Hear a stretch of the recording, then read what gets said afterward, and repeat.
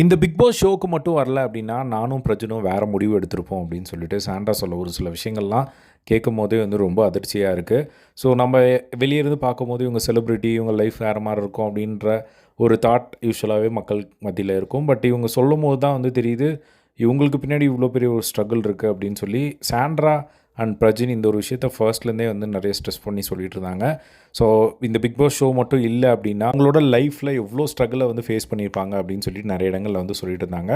So இப்போது அதை பற்றி பேசிகிட்டு இருக்கும்போது அமித் கிட்ட வந்து ஒரு சில விஷயங்கள் வந்து சொல்லிட்டு இருந்தாங்க. எங்ககிட்ட வந்து ஒரு ரூ. 25,000 வந்து குடுத்து எங்கள் அப்பாவுக்கு வந்து ஹெல்ப் பண்ண முடியல. அந்த டைமில் வந்து பிரஜனுக்கும் வந்து ஹெல்ப்லெஸ்ஸாக அவர் ரொம்ப உடஞ்சிருந்தார்.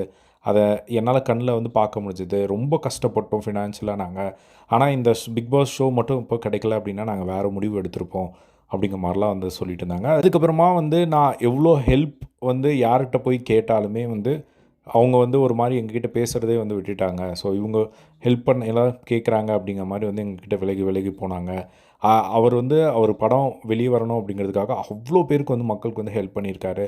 அதேமாதிரி ஒரு டேரக்டர் வந்து சம்பளம் கொடுக்குறாங்க அப்படின்னா, அவங்க அந்த சம்பளத்தை வச்சுக்கோங்க, நான் வந்து அப்புறம் வாங்கிக்கிறேன் அப்படிங்கிற மாதிரிலாம் வந்து அந்த டேரக்டருக்கு காசு கொடுத்து, அவங்க டேரக்டர் வந்து அவங்க நல்லா ஆயிட்டாங்க அப்படின்னா நம்மளுக்கு ஹெல்ப் பண்ணுவாங்க அப்படின்னு சொல்லி நிறைய ஏமாந்துருக்காங்க. ஸோ இந்த மாதிரியான விஷயங்கள்லாம் வந்து நடந்திருக்கு. ஸோ எங்கள் அண்ணா இறந்தப்போ நான் என்ன பண்ணுறதுன்னு தெரியாமல் நான் நடு ரோட்டில் நின்னேன் துணியோட. அப்போது வந்து என்னை வந்து வா நான் பார்த்துக்கிறேன் அப்படின்னு சொல்லி தைரியமாக வந்து கூட்டிகிட்டு வந்து என்னை ஹாஸ்டலில் வச்சு கல்யாணம் பண்ணிக்கிட்டாரு பிரஜன் அப்படிங்கிற மாதிரி சொல்லிட்டு இருந்தாங்க.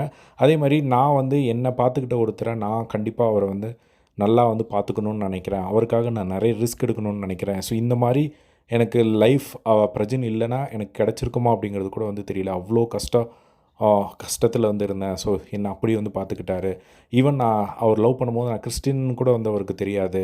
அவ்வளோ பெயின்ஃபுல்லான ஒரு லைஃப் தான் வந்து வாழ்ந்துட்டு இருந்தோம் அப்படிங்கிற மாதிரிலாம் வந்து சொல்லி ரொம்பவே ஃபீல் பண்ணி அழுதுட்டு இருந்தாங்க. ஸோ அவங்களுக்குள்ள பயங்கரமான ஒரு ஸ்ட்ரெஸ் இந்த மாதிரியான விஷயங்கள் இருக்கிறனால தான் அந்த அவுட் பஸ்ட் இருக்கிறத வந்து நம்மளால் வந்து ஃபீல் பண்ண முடியுது. ஸோ நீங்கள் என்ன நினைக்கிறீங்க இதை பற்றி அப்படிங்கிறத கமெண்ட் பாக்ஸில் ஷேர் பண்ணுங்கள். இதே மாதிரி எல்லாம் பிக் பாஸ் அப்படியே தெரிஞ்சுக்க நம்மளோட சேனலை சப்ஸ்கிரைப் பண்ணி சப்போர்ட் பண்ணுங்கள். தேங்க்ஸ் ஃபார் வாட்சிங்.